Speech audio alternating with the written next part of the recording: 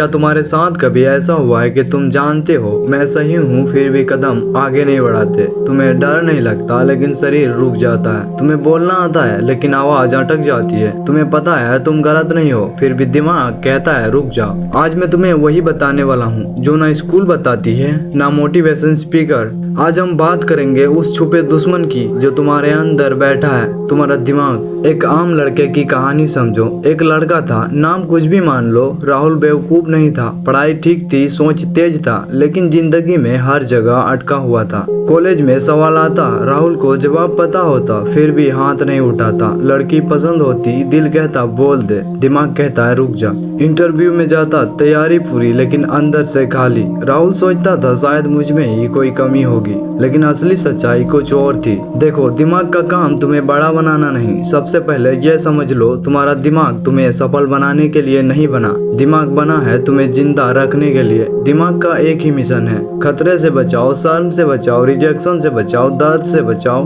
अब ध्यान दो, जब तुम बोलने जाते हो, आगे बढ़ने जाते हो, अपनी राय रखने जाते हो, दिमाग कहता है अगर बेइज्जती हो गई तो, अगर लोग हंसे तो, अगर फेल हो गए तो।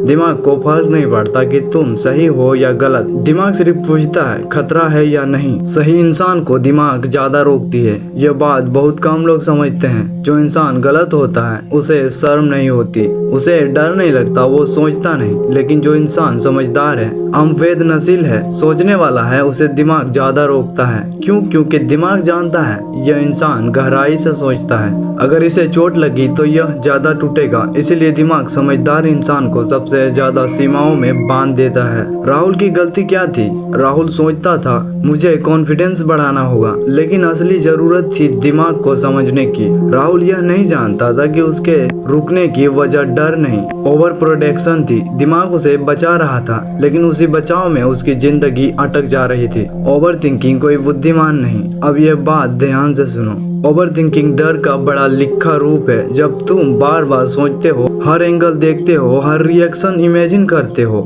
असल में तुम खुद को एक्शन से रोक रहे होते हो। दिमाग कहता है पहले पूरा सेव कर लो फिर आगे बढ़ना, लेकिन जिंदगी में कभी पूरा सेव नहीं होता। असली खेल शरीर और दिमाग का एक बहुत ही इम्पोर्टेंट बात। दिमाग बोलता है लेकिन शरीर समझ बनाता है। अगर तुम कंधे झुकाकर चलते हो, धीरे बोलते हो, नजरें चुराते हो, तो सामने वाला नहीं, तुम्हारा दिमाग मान लेता है कि तुम कमजोर हो, और फिर दिमाग तुम्हें और रोकने लगता है। यही एक चक्र बना देता है। राहुल ने एक दिन एक छोटा सा एक्सपेरिमेंट किया। उसने सोचा मैं दिमाग की नहीं शरीर की सुनूंगा। उसने सीधा चलना शुरू किया। बोलते समय आंखें टिकाई, धीमी साफ आवाज रखी, कुछ खास नहीं किया। लेकिन 15 दिन बाद एक अजीब चीज हुई। दिमाग की आवाज धीमी होने लगी। क्यों? क्योंकि शरीर ने दिमाग को सिग्नल भेज दिया हम सुरक्षित हैं। पहले शरीर बदलो, दिमाग पीछे आएगा। यह सबसे बड़ी लर्निंग है। तुम दिमाग को सीधे कंट्रोल नहीं कर सकते, लेकिन तुम चाल बदल सकते हो, आवाज बदल सकते हो, बैठने का तरीका बदल सकते हो, और दिमाग खुद बदल जाएगा। इसलिए कॉन्फिडेंस अंदर से नहीं आता,